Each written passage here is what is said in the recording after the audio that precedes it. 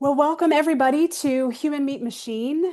We have a great panel of guests today talking about, yes, career pivoting, but how AI is affecting our career journeys.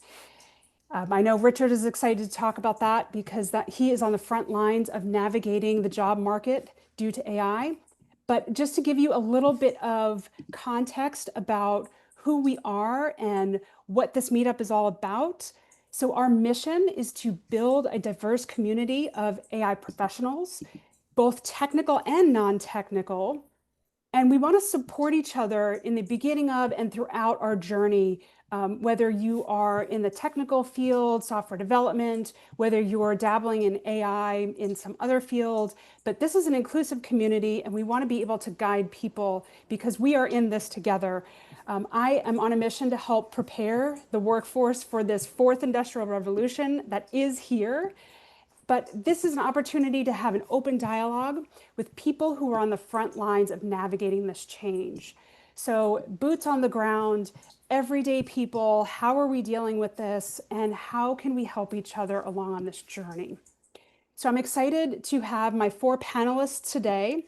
They're all dear friends of mine. We've known each other for many years at this point through the community on LinkedIn, starting out in the Agile community, but as you'll hear today, we have all managed to pivot into different career realms, not giving up Agile, but adapting to the changing job market. Just for you to put on your calendar, the next monthly meeting is going to be November 6th, and this is going to be on a Thursday, same time, 12 p.m. Eastern. And actually, Dave Westgarth is going to be our guest for this. We're going to be talking about AI agents. So as you probably have seen his content on LinkedIn recently, he is all about agents. I am learning those myself, hoping to build something really cool and unique and have it here to interact with and to demo. And Dave and I will have a conversation around this. Fingers crossed, because what I'm trying to do, never done before, but I guess that's the point here. We're trying to grow and learn together. So with that being said, I'm going to stop sharing my screen and we're going to get to our panelists. So welcome to all the four of you. I have never done a panel interview before. I don't know if you all have participated in one, but of course, I'm going to just call on you as we're going through our questions. Normally, I like it to be a little bit more organic, but we got to keep to the time box so we can hear all of your amazing stories. So let's start out with, of course, what is your name, where you're located, because we are global, what role you recently transitioned from, and what are you doing now? And like 30-second high-level overview, because we'll get to the details in just a little bit. So Anu, we're going to start with you. Your name starts with A, so go for it. I've been a victim of this right from my schooling, you all, Me because too. that's the name. There you go. Patty, just to let you know that I'm not watching the participants coming in, so please take a look at it. Hi everyone, thank you for joining in. My name is Anuradha Arvindhraj. I know that's a mouthful. Feel free to call me Anu. I live here in North Carolina, and I was looking for a Scrum Master role while transitioning and coming back to work after raising my kids. But then now I transition into a role called the Head of Community Development. I work for a startup named Resumex. So my current role involves in building and maintaining the RCFs, which is called the Resume Certified Facilitators, who helps companies understand the need for AI and smart contracts. That is nothing but outcome-based work. That's what I do. Did I keep up the time?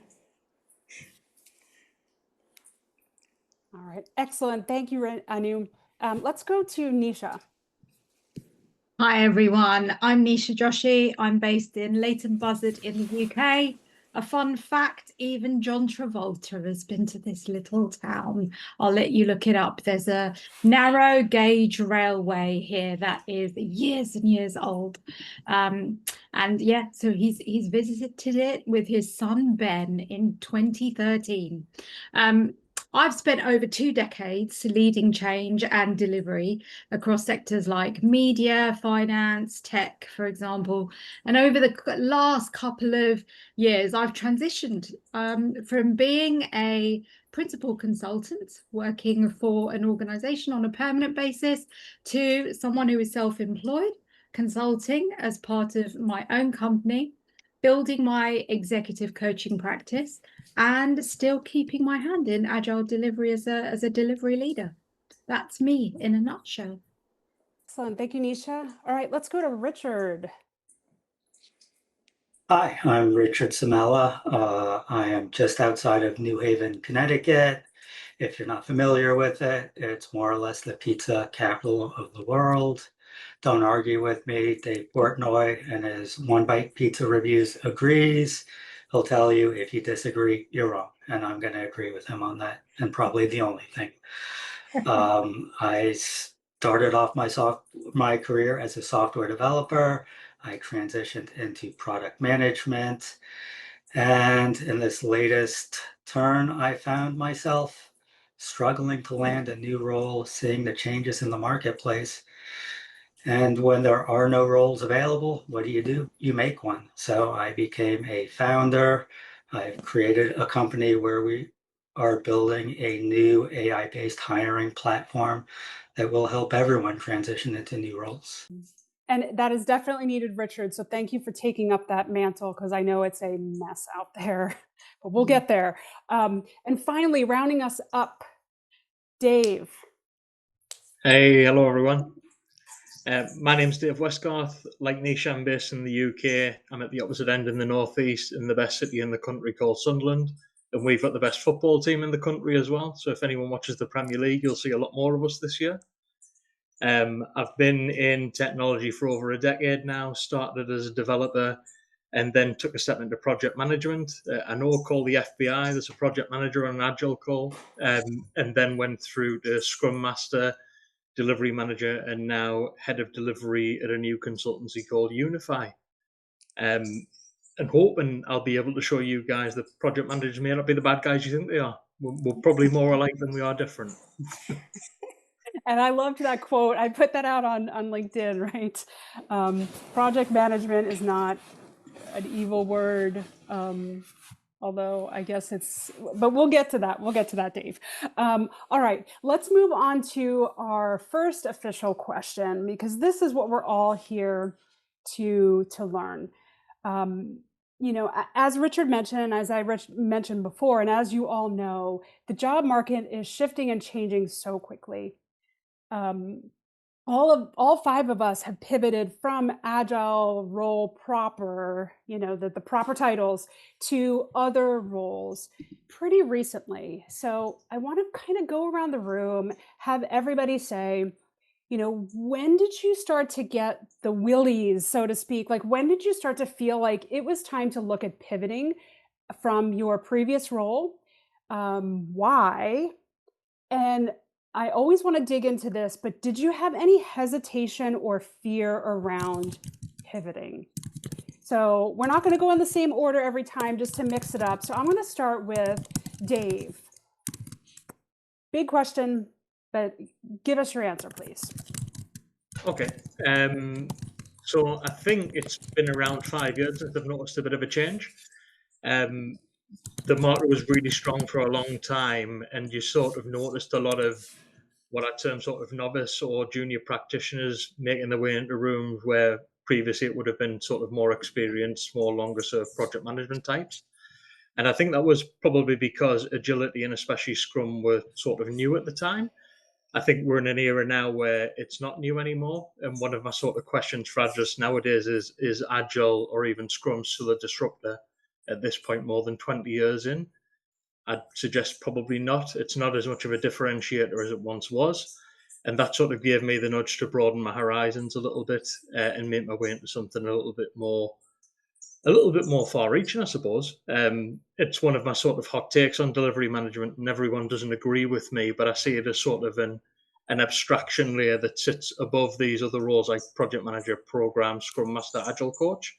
And you sort of flex your experience, your skills, the role that you play based on the job that's in front of you. And I think that that's a useful way to sort of encapsulate what a delivery manager does. It's not turning your back on Agile, saying this is rubbish, forget about it. It's more about saying, I'll use this when it's applicable, and when it's not, I'll use other things. And I think that that level of pragmatism is really starting to creep its way back in. And for a long time, pragmatism was a dirty word when a lot of zealots were on the scene saying you should be agile no matter what. And I think it's good to see that that come full circle again now and have its place among the other skills, techniques, and approaches that make up the wider sort of spectrum of delivery, I suppose. It's a lot of word soup in there, but I hope that's come across. Yeah. Sorry. Yeah, no, that was great. You know, and I do want to make sure we stay on time. So I got to make sure I don't yak a lot, but I do want to point out, like you said that quote to me, you know, project management is not a dirty word. It's not evil. And I want to just ask you very quickly, like in moving to more like the delivery management road, going back to your project management roots, were you nervous about that? Because as we all know, the LinkedIn audience is very harsh. And I've dealt with that a lot myself. I make no bones about it. But like, were you nervous people were going to say stuff to you? It's really interesting because in terms of LinkedIn, I think you're right. There's certainly an allergic reaction in some areas of the community to anything PM. You mentioned projects or project management, and a lot of people just switch off immediately. Interestingly, though, I found, especially in the job search, this is what businesses and organizations want to hear. They don't want to hear, I'm going to force Agile to work no matter what. I think there's a lot more receptivity from businesses and organizations for people who are prepared to flex and adjust their style depending on the job they're being asked to do. Yeah. And that's valid, you know, and I think posting on LinkedIn every day, you develop a thick skin. So you learn to just post it anyway and like just deal with it, right? But yeah, we've all talked, all five of us have talked about that because we're all content creators. So we've all dealt with that. I'm going to go to Nisha now. Same question. When did you decide to pivot? Why? And did you have any hesitation? So, like Dave, I also started noticing a turn in the market. I used to work for a consultancy, as I said. The pipeline started drying up of work. And you can tell when that happens when you're a consultant, because the gap between working with different clients starts lengthening, right, Dave? So you're like, there's something going on here. What's this pipeline looking like? Then you start paying attention more because you want to land more work with your clients. So you start paying more attention to the types of conversations that you're having. And my conversations with clients weren't just delivery focused conversations. They started to be conversations more around organizational design, structure of teams, scaling teams, whether it was the right time to do it or not, leadership behaviors to motivate and to create the right conditions for the teams. And I won't lie to you, you have what did you call it, Patty? You have the willies because you're like, I don't know where that word came from, but it came out. Is my job at risk here? You go through all of those feelings, right? You go through all those things. Is my job at risk? Should I be pivoting? How do I pivot? What do I pivot in? So long and short of it is really, I started paying attention to those types of conversations, understanding the rudimentary kind of AI skills that I needed under my belt to get productive for the remaining work I was really doing with teams. And then what happened, because I was paying close attention to those types of conversations and what organizations really needed, because they're after outcomes. They're not after, as Dave said, they're not after you're going to come and embed an agile process in, or you're going to come and embed a set of metrics in that's going to help us with our team performance. They just want to know when and how can you help me get to this outcome. And that's when I decided to pivot. That's when I decided to come out of the organization earlier, and I'm glad I did it earlier, despite the fear that I felt of what I was going to face in the market. And then be brave and develop my brand and start thinking about where I could answer those questions for the problems that I was seeing. So that's really the background as to what made me develop. And that's mainly thinking about leadership, culture, and delivering to your strategy. and problems around those areas that I could help clients solve.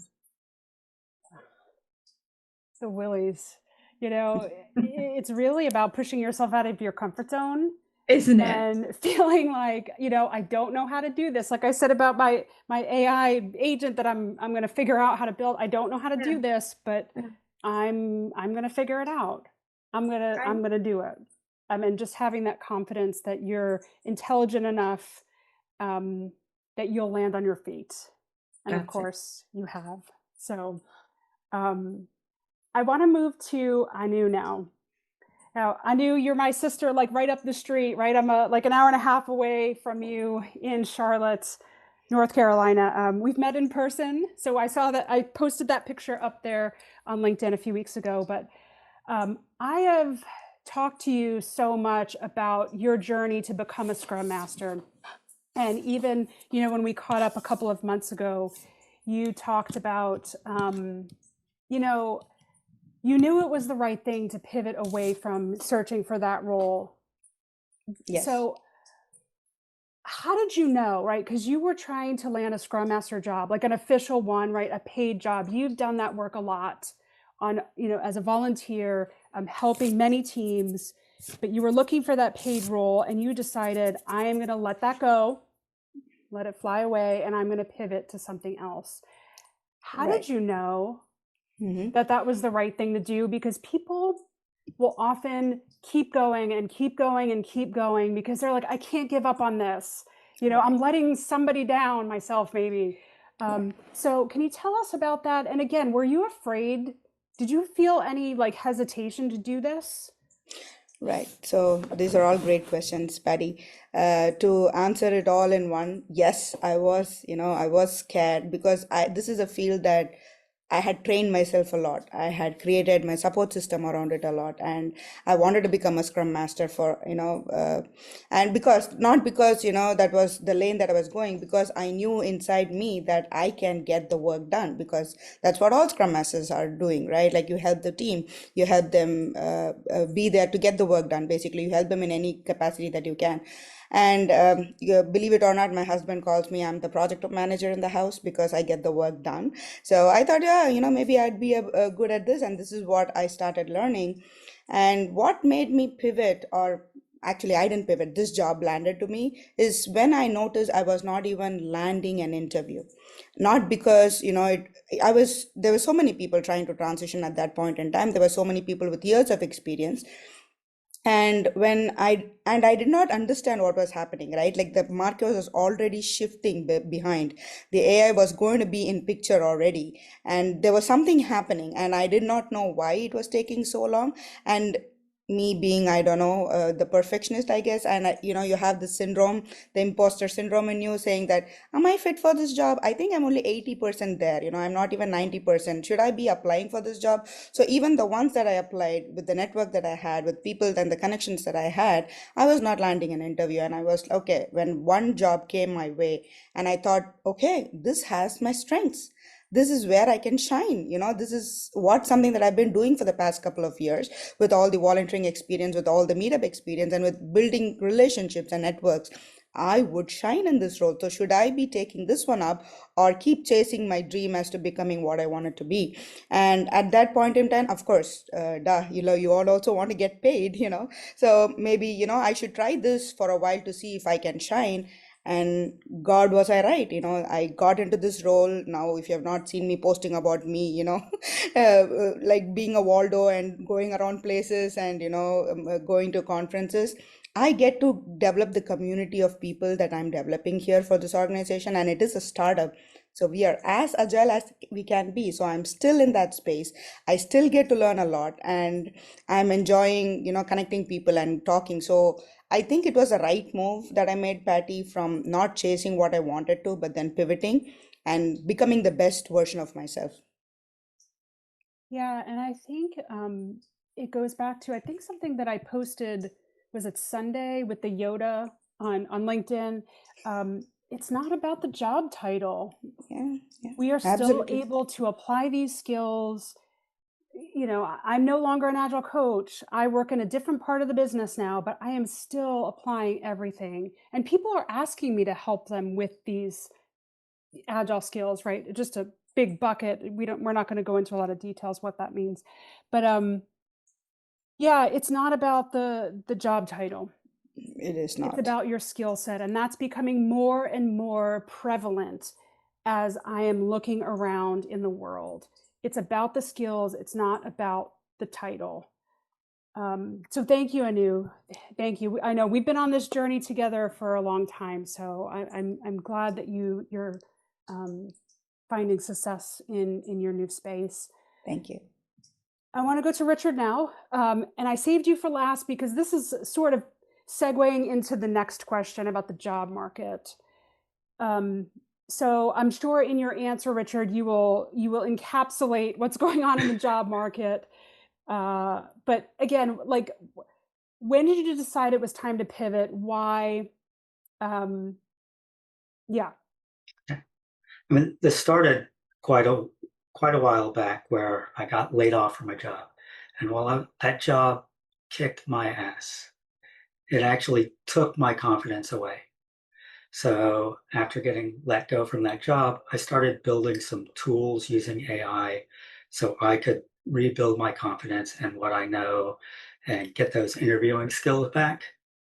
I shared that with Anu, and she convinced me to share that out with the rest of the world, that other people would benefit from that. 4 months later, I had over 400 people using it, and over 150 of them reached out to me to let me know that they nailed the interview and got the job after it. Next thing I knew, I'm out running a marathon, and I had 5 hours just to sit and think about the job market. What's wrong with it?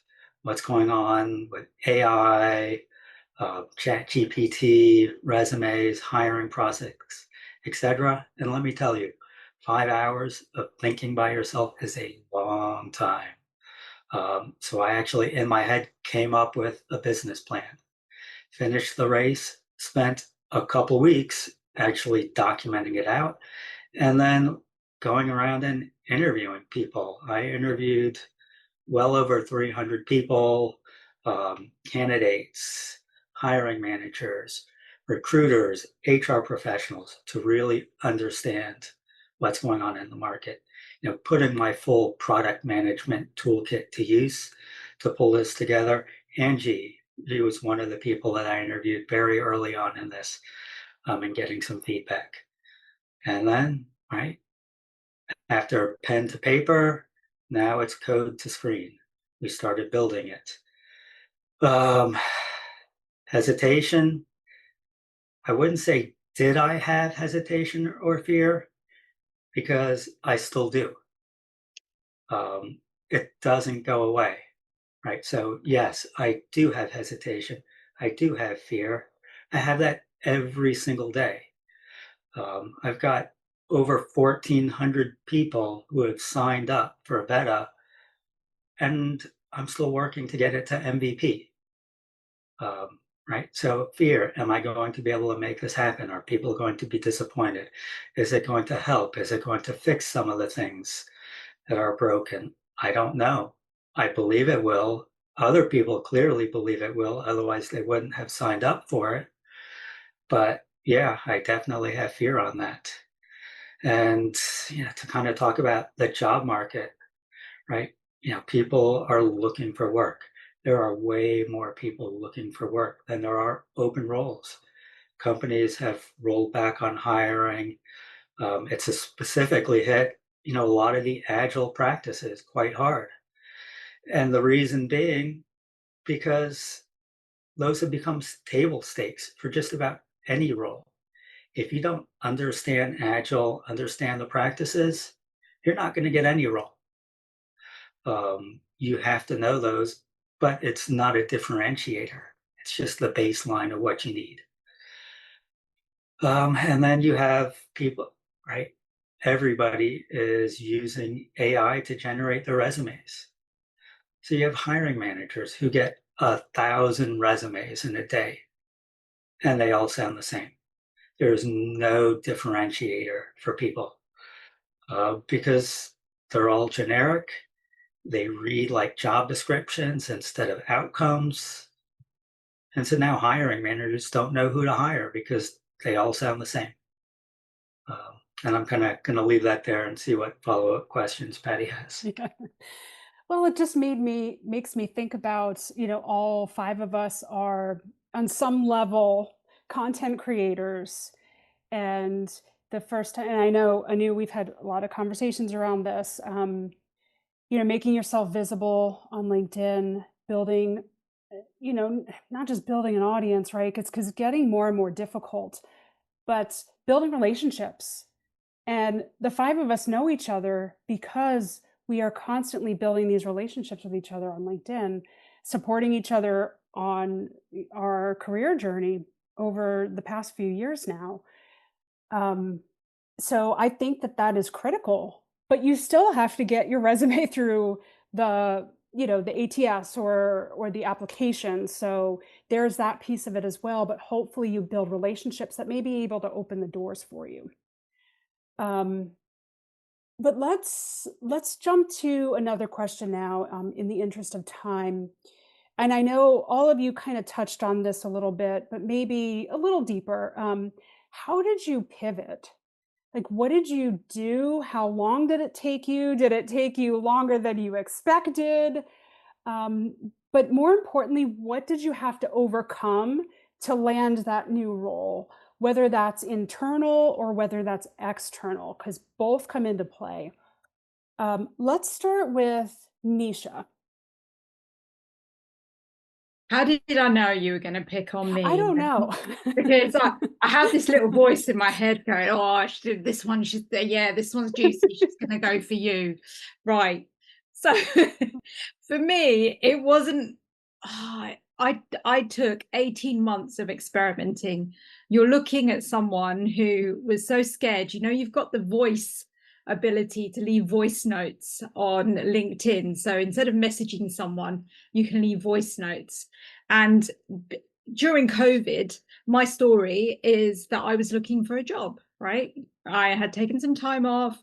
I had finished a contract with Adobe, and I was like, right, I've taken some time off. The job market slowed down. I got a bit lazy, to be honest with you. I was in my comfort zone, had enough reserve in the bank that I'd been building. And then suddenly it was like, well, I need to do something about this, right? Like a lot of us. And I was very, very shy in trying to put myself out there. And a good friend of mine said, Nisha, if they don't know what you sound like, feel like, get a feel for you as a person, they're not going to get that off your CV. And we're talking about COVID, when everyone was first trying to experiment with getting themselves out there more on LinkedIn. You know how it completely just exploded, right? So again, it took lots and lots of experimenting for me to understand and experiment with my voice, to build confidence in my voice, because I wouldn't even leave a voice note for a recruitment consultant to get them to see the sound of my voice, hear how interested I was in a job, etc. So I started to change my mind about that whole process. It took practice. It took me getting over my nerves. And then I started treating it like any delivery problem, if you like. So start small and then learn really, really fast in terms of what you're doing. I coached others that I was working with in jobs that I then got. I forced myself to speak at events. So public speaking, despite all the stomach flips and things like that you get. I started running a podcast of my own, which challenged me from sitting right back here in my seat thinking, does anyone really want to listen to me? I don't know. To I want to engage and I want to explain and I want to talk about my experiences. So each of those things was like a mini experiment, letting me test my own voice, letting me test my own content, my thought leadership. Like you said, Patty, we post and we put it out there to see how well it works. And there's intention behind that in all these different spaces, whether it's a podcast. I haven't found myself on TikTok yet. I consider myself too old, but I will get there. I will get there. And you know what? In doing all of this, I have to confess to all of you guys that there is and this is the version I believed in, because hiring was different back then. I believed in the CV version of me. So you say the right things in the CV, you include the things that people expect to hear in the CV, and you make that reflect your experience.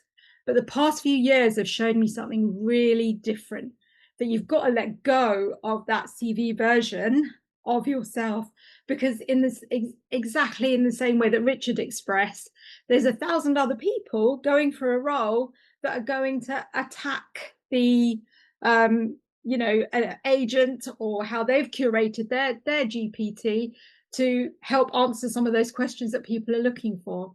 And so inevitably the hiring managers are going to have to shift through it. So it's letting go of that, being really genuine, building my voice. Yes, I've sent applications out. I will confess this. There's a big brand name consultancy that I sent my application out to 3 times, and every single time they rejected me. Every single time I was rejected. Dave's smiling, a knowing smile. So he's probably had very similar sort of experience. Half an hour after I've submitted something, that's it, boom. Either we're not recruiting for this position anymore, or we've decided that your CV, blah, blah, blah, or your skills, et cetera, et cetera. The standard responses that you get. So it's getting over that. It's understanding what the market really is like these days, not taking anything personally, building your network with intention, and experimenting with your voice in these different spaces to get your thought leadership out there, because there is something different. If I was going to ask each one of these boxes what they bring and the flavors of problems that they've solved for their clients and their teams that they will work with, you would guarantee, how many people have we got? 32. All 32 of us would come out with a different flavor. There is a story behind all of us. So it's having that confidence and getting it out there. And that's what I've had to believe in. But yeah, that was me, mousy and so scared at the beginning of even leaving a voice note. That was me. Yeah. And knowing you now, like, that's just so hard to believe, right? Because I know you as this, Yeah. but to your point, it's taken you years to get to this stage. So you didn't start here.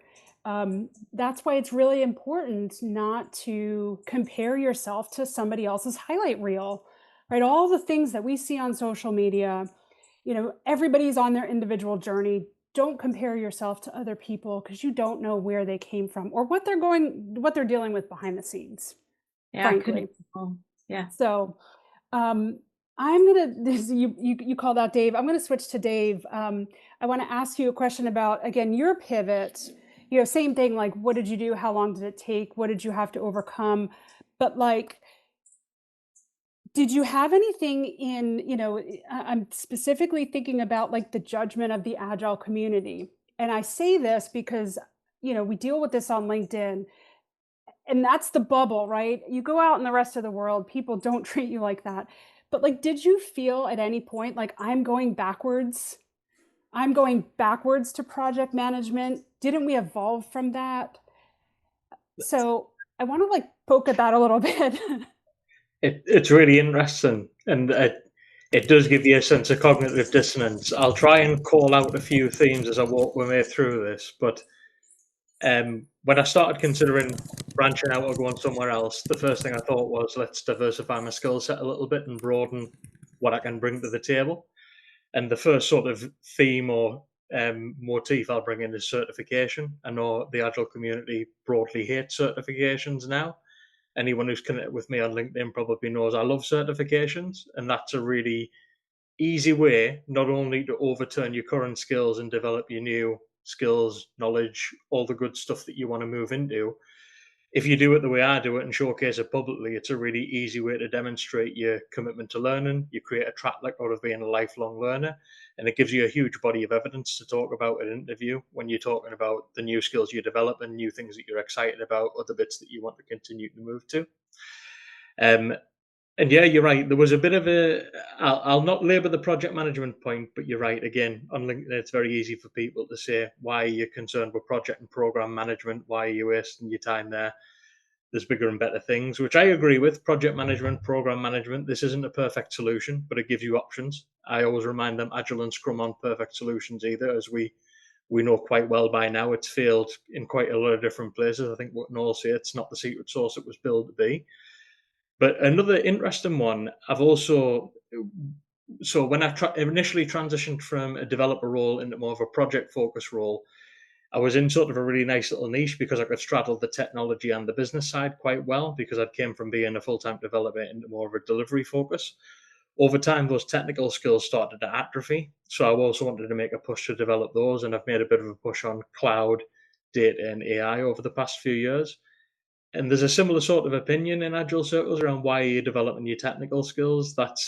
And I've even seen it build as a detriment to delivery folks and scrum masters to have technical knowledge. And I just cannot believe that people hold that opinion and think that's the case, because ultimately this argument for me boils down to ignorance is better than knowledge. And I just can't sign off on that principle. I just don't know why you wouldn't arm yourself with as much as you can to be as effective as you can. And whether that's technical skills, whether that's project management, whether that's other things, the broader you can make your skills based, the more sort of peg holes you can fit into. And you don't necessarily know which way your career is going to go the further out you push that time horizon, and the more you can build those individual skills and creatively combine them together into something more coherent, the more options and the more doors are going to stay open to you as your career continues to develop and grow.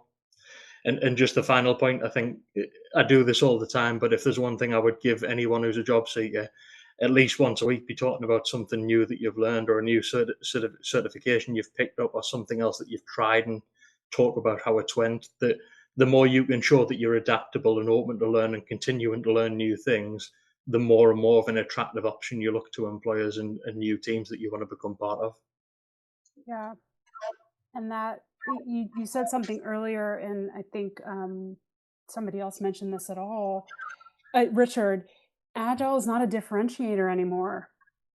Nope. Scrum is not a differentiator anymore. It's like an expectation.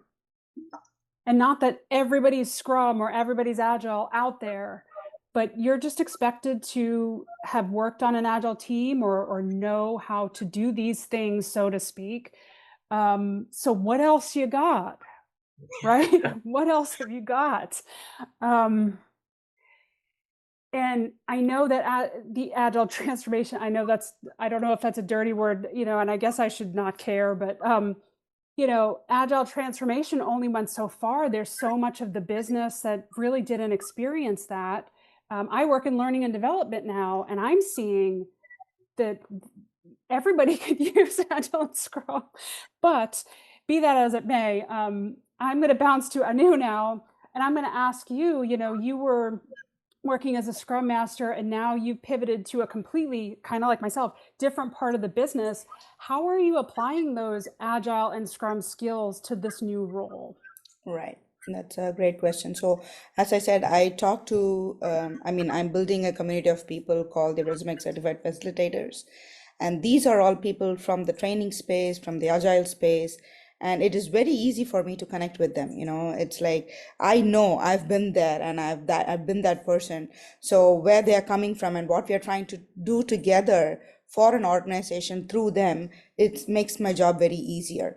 So what we are trying to do is to go to organizations, tell them, why to use the platform like AI and how it can help them get to building smart contracts. So when we speak the same language, when we are an agilist, it makes your job so much more interesting, and you get in one another, right? So that's basically what I do. Is there anything else you wanted to add in that question, Patty, or it was just that? Yeah, it was just that. I mean, how are you leveraging, let's say, pick an Agile principle, right? Pick Right. one. How are you Right. leveraging these? Because I think, Oh, Dave, people it was over your post process. earlier today that was like, I was like, what is this diagram, that Agile framework, whatever that was, Dave? Principles. Right. Pick an Agile principle. How are you applying that in your role? Because that's what it's about. Right. People over process, right? This is the environment that we are creating, and I am so glad to be able to do that with the strength and skill sets that I have.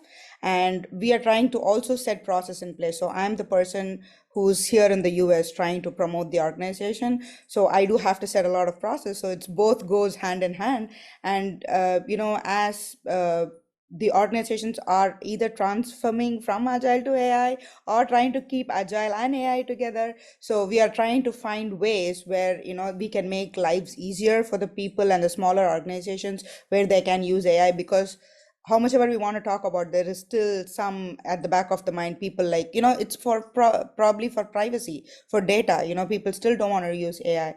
So we go to a lot of conferences where we meet people and talk to them about this.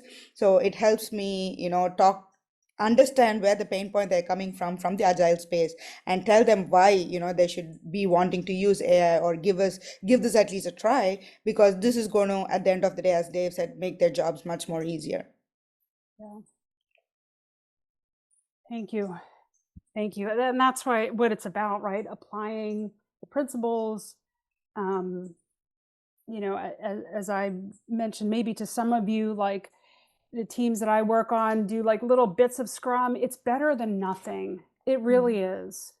I know that doesn't satisfy the Scrum community to say that, but if people are going to only do a bit of it, it's better than not doing it at all.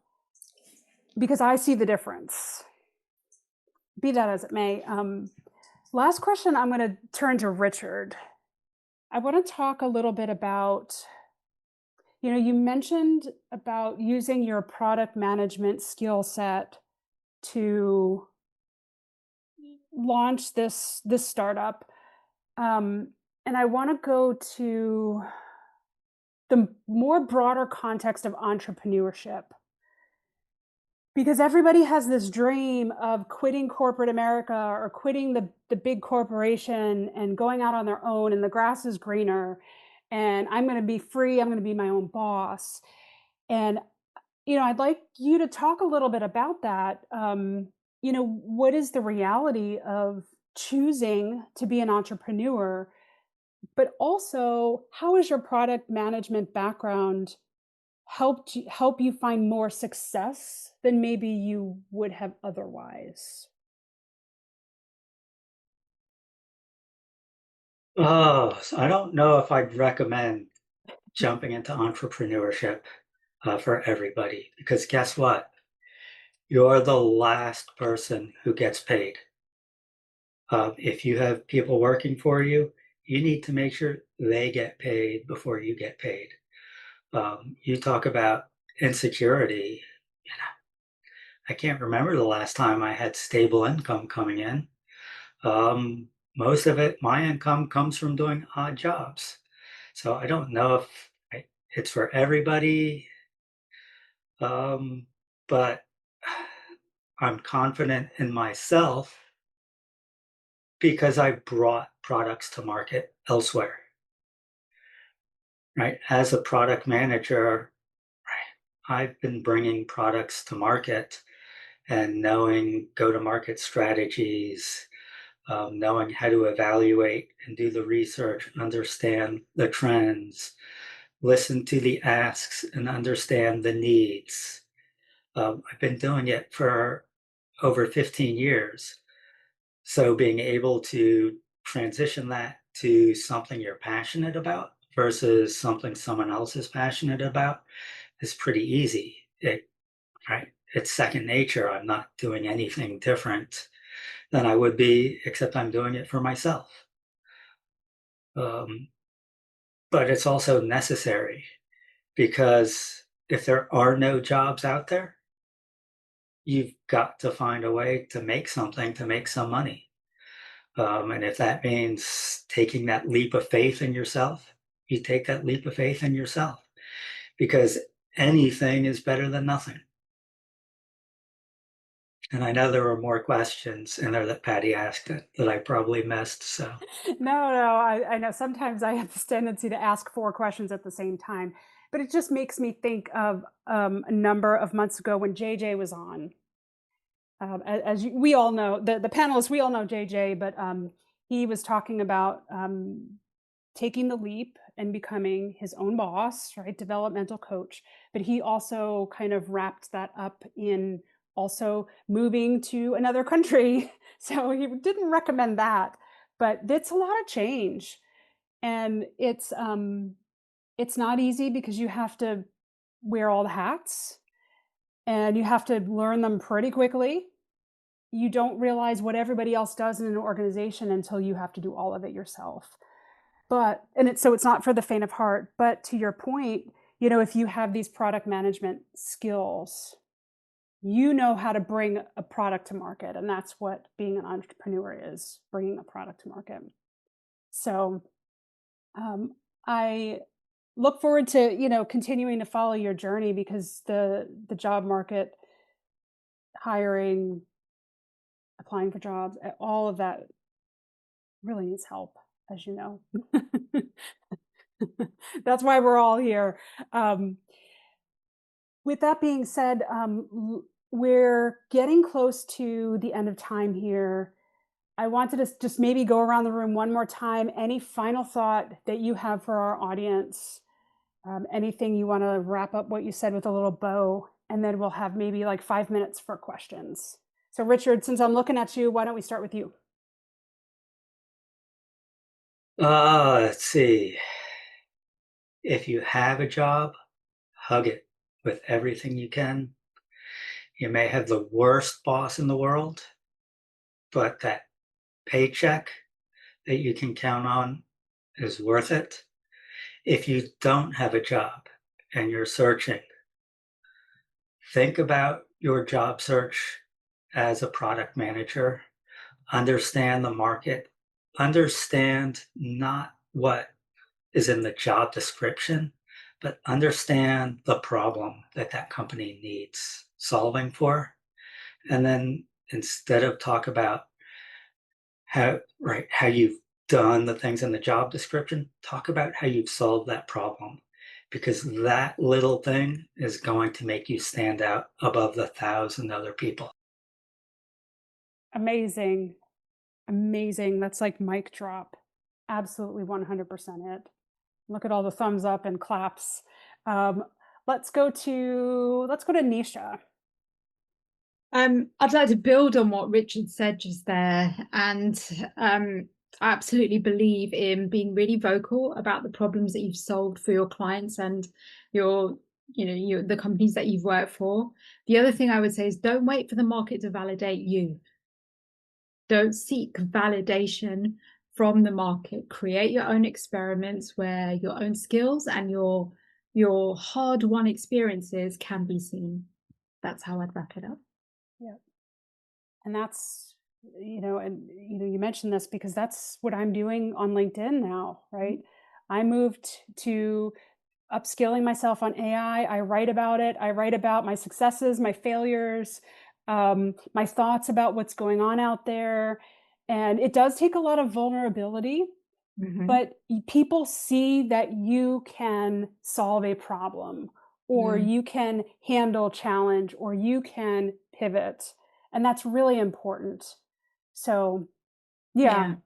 And you talked about Agile principles earlier, Patty. It's taking those principles and those practices into other spaces that need it without labeling them as that. Yeah, absolutely. Excellent. Thank you, Nisha. Let's see. Let's go with Dave. You're up next. Yeah, this is one of my, it's becoming a bit of a soundbite for me. I'm probably going to print it on a t-shirt, but there's a lot of talk now, is Agile dead? It's definitely not dead, but it definitely is changing. And that is the point. And if you're not prepared to change with it, be prepared to be left in the dust is probably my advice. There was a moment in time where Agile and agility was a differentiator. It looked like a secure option. That's not today. So be prepared to grow with that. Yeah. And I love that you say that, because we've talked about that as well. But yeah, and if people in the Agile community are trying to call you a turncoat or like, what are you doing? You've got to do what's best for you. I've been called worse, Patty.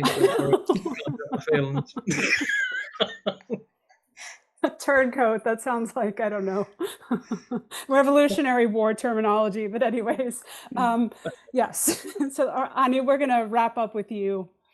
Oh, okay, thank you. So to add to everything what everybody here said, create your own brag folder. I know this is something that kids in high school do, because you want to say that to everybody out there as to what you can do later, not during an interview, or probably even mention about this in LinkedIn, because that was my most difficult thing, to go ahead and to promote myself. So I'm from the cultural aspect of it, to where I come from, I wouldn't do that. But one thing that worked with me is to help people along the way, right? Like, there are so many of them like me who were trying to transition or pivot. And what I did is go to meetups, write about it, and then, help the community as I was going along, to learn from the sharing, from all the learnings that I did. All I did was just share. And but do have your own brag folder as to what you did amongst these days that you're either trying out. There are so many volunteering jobs out there. Feel free to reach out to me if you are in a place where you can go to a conference and network with each other. If I have a ticket, I would be happy to share that with you. Networking, I did a lot of coffee chats, and Patty know this, right? So talk to people, as many as you can, not just to ask for a job, but to have them in your kind of your support system or in your back pocket. If you look at a job, you can always connect with them and look for it.